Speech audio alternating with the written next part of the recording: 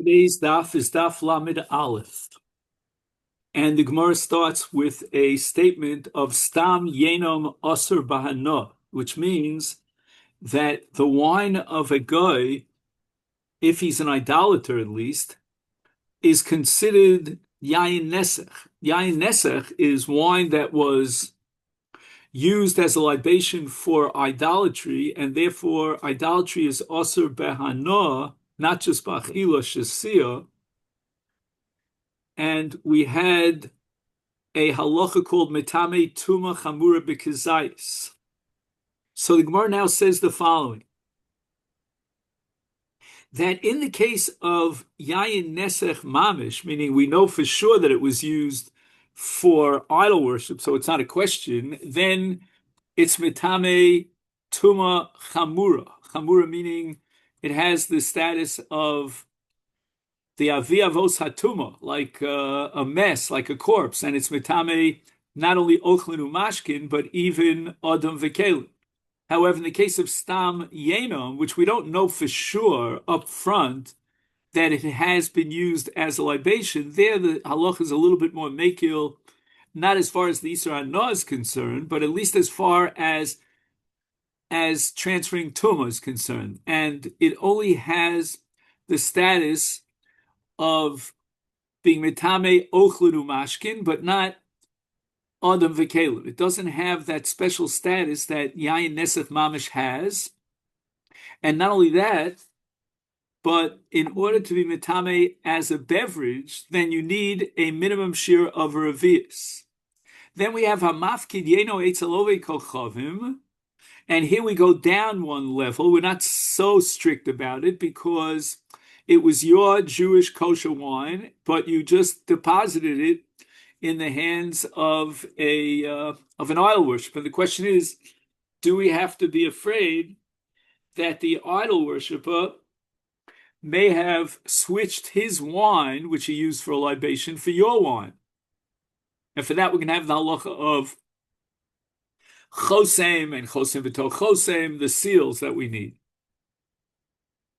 So in this case, where we have to suspect, at least take into account the possibility that the guy switched the wine, and therefore what you're getting is non-kosher wine, we need an Isur Shasia, but you're allowed to have Hana from it. Vatnan, the Gemara says, wait a minute, are you telling me that if I deposit my wine in the hands of a guy, then it's mutar b'Hana? We have a Mishnah that says, Hamafkid Peres Eitzel Oved Kochavim. This is a Mishnah in, where is it? Just one second. In Tmai, of all places. And it says that Harein Keperos Shel Oved Kochavim L'Shvius U'Lemaser. In other words, that to what extent do we choshesh that maybe he switched his wine to the extent that, all of your hafrashos and so forth and so on are down the tubes. And now you're going to have to assume that it's the different wine and you're going to have to be mafresh. So he says if the idol worshiper exchanged the Jewish tithed wine, in other words, it's already been mufresh from Maser, or his Shnas ha-shishis yayin, which means that it's not osur b'shvius, it's only from shishis, then the Jew has to start the process all over again. He has to do another afrosha, and he has to consider it as if it was peiros of shvius. Now, this has to do with another sugya in Masechet Menachos,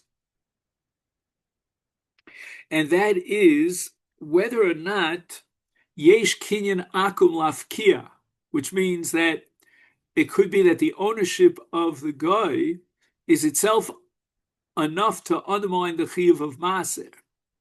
But apparently this Gemara and this Mishnah that's being quoted from Tvai is of the opinion that despite the fact that there's ownership of a guy, you're still chayav in Trumas and Maisers. But in any event, we now have a stira because we just finished saying, based on the famous statement of Rabbi Yehuda ben Beseira, that in the category of Hamafkid Yeno Eitzel of the Kocham, he has to prohibit it in Shasia, but he's allowed to have Hana from it, meaning there's only an outside chance that we suspect maybe he switched the wine. But here in the Mishnah in T'mai, it seems quite clearly that the Mishnah has committed itself to the opinion that we assume straight up front that the guy was replaced your yayin with his yayin.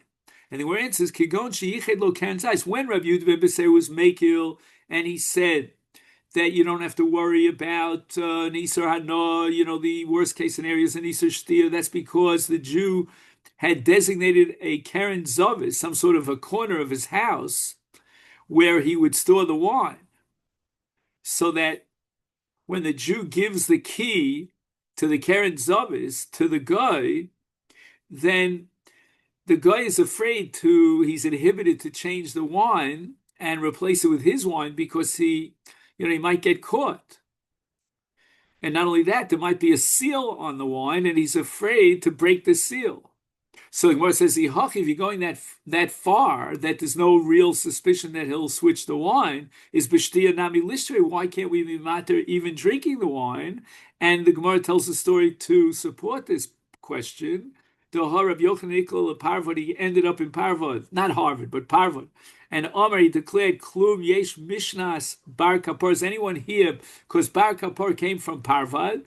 And after his death, he assumed that there may be some disciples who could tell over some of the halachas that they heard from the great Bar Kapor.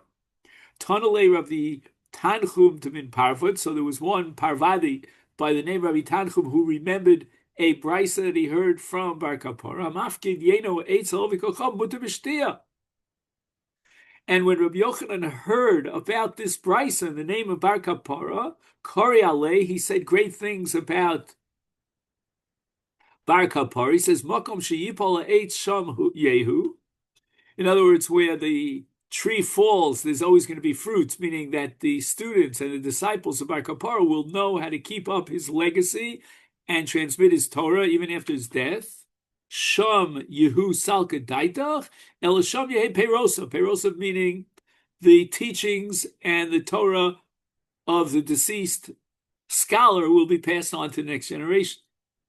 Any event, the bottom line is this brisa says that according to Rabbi Yochanan, you could permit drinking wine even though it was mufkad eitzel akum, and that's against Rabbi Yehuda ben Beseir, who says, okay, it's not also b'ana, but it's also v'shtia.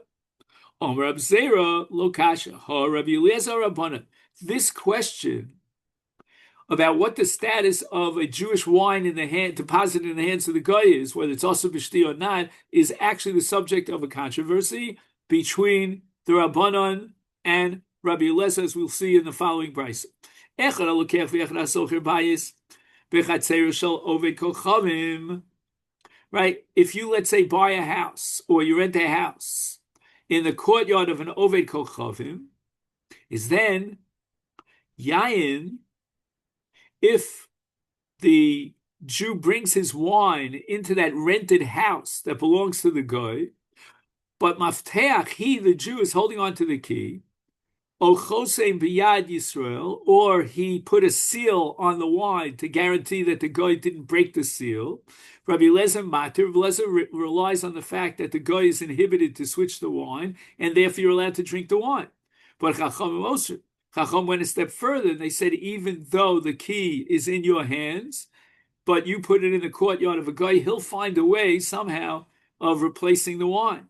So the brisa that we said in the name of the kapara, which permitted the wine, that was a case that was built on the original ruling of Rabbi Eliezer. But Rabbi Yehuda ben Beseru said that this wine that was mufkad eitzel akum was also b'shtia, he was standing on the shoulders of Rabbi Yehuda ben Beseru, of the Rabban. Okay. Others say,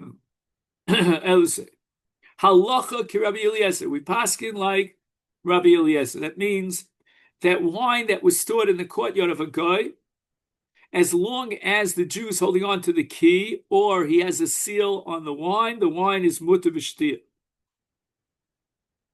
Amar Rabbi Lazar, Hakol mishtamer b'chosam echad. All you need is one seal, chutz min hayayin.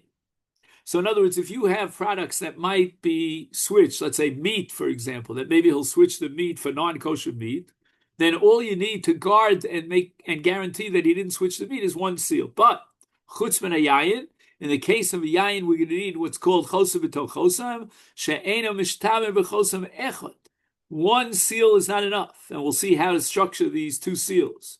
Rabbi Yochanan is of the opinion, even if you want to protect the yayin and guarantee that he didn't switch the yayin, all you need is one chosim.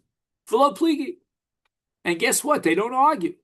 But Rabbi Eliezer, right? We said that according to Rabbi Eliezer, we have Rabbi Yochanan's psak, and therefore all you need is one chosim. The Rabbanan were more machmir than Rabbi Eliezer, as we saw before, and they're the ones who would be more machmir, and therefore they would require a chosim v'toch chosim, one seal on top of another seal.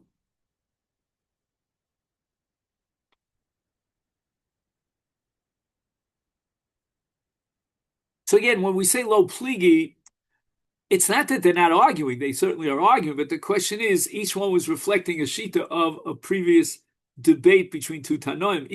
Another possibility is Omer Rabbi Lazar, Hakol mishtarer b'chosim v'toch chosim chutz min hayayin. Sheda mishtarer b'chosim v'toch chosim. Wow.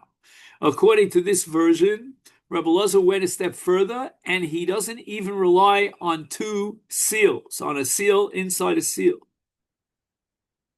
And it means that according to Rabbi Lazar, we are in such a chumrah situation here with regard to yayin nesech that we have to even suspect the worst, that perhaps you can't ensure unless you pay a shomer to watch and guard the yayin. One chosem, another chosem, the guy is going to switch it. He'll break the two chasam. Rabbi Yochanan Amar, I feel yayin mishtamer with chosem to chosem, but everybody agrees that you need a minimum of one chosem on top of the other chosem. And they both go and stand on the shoulders of the Rabbanan who are machmir. Mar Savar, ki pligi Rabbanan alei to Rabbi Eliezer. Rabbi Yochanan says that the Rabbanan were machmir on Rabbi Eliezer, but that's b'chosem echad, meaning they didn't accept one chosem as Rabbi Eliezer did, as Rabbanan did, but rather aval b'chosem to chosem short. They agree that if you add another chosem, then it's mutter, and we don't have to suspect that the guy broke two seals in order to switch to one. Mar Summer, but according to Rabbi Lazar, afilu chosem v'to chosem aser, and you need a shomer, a human being, to watch and guard the yayin.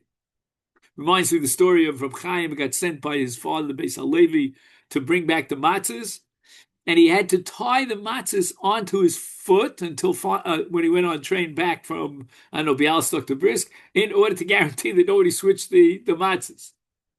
How do you orchestrate one chosem inside another chosem? If you have a barrel that you turn over, and there's the mouth of the barrel and the body of the barrel, then shriek of a chasima, what you do is you put this barrel and you paste it. What do I mean by paste it? You add plaster to make sure that no one could break the mouth of the barrel. And now we have havichosem v'toch chosem v'lo. If you didn't paste it down, it's not considered a seal. So the fact that it's in one barrel, that's not enough. We still have to suspect that maybe the guy would switch it. But if you plaster the mouth of the barrel, that's something else. And the kula mahadik, let's say you have a basket and you turn it on top of a barrel and you tightly fit it on the top of the barrel, havichosim v'tochosim, that too is a seal within a seal, because you have the basket itself that's sealed, plus it's overturned on the top of a barrel in such a way that it fits very, very tightly. That's called mahadek. That's a double seal. But lo mahadek, if it's if it fits loosely, lo avichosim b'tochosim. Now we get to nod b'diskaya. Nod is a wine flask that's made of animal hides. Now, it itself is in a flask, and the flask is closed. So that's one chosin. But not only that, you add, by enclosing it, a chasimas piv lamata, the seal that you add on the flask's mouth when it's facing downwards, that's chosin v'toch chosin. But piv lamala, if the flask, the mouth of the flask is facing upwards, then it's very accessible for the guy, and it's very easy for him to break the seal and switch the wine. And lo avi chosim to chosim. V'chichayef, if he bends down, he turns down, pume legayo, the mouth is bent inside, vitzayer v'chosim, and he ties it up, and he seals it a second time, avi chosim to chosim. Turn around, we learned to the Bryce. Originally, the view and the ruling of the Chachamim was that Yain Shel Ein Kushi Asur. There was a town of the Kushim called Ein Kushi. And originally they were Machmir, and they said that the wine from that town is Asur. Why? Mipnei Biras Sariki. In other words, next to Ein Kushi, there was a town of idol worshippers which was called Bir Sikra.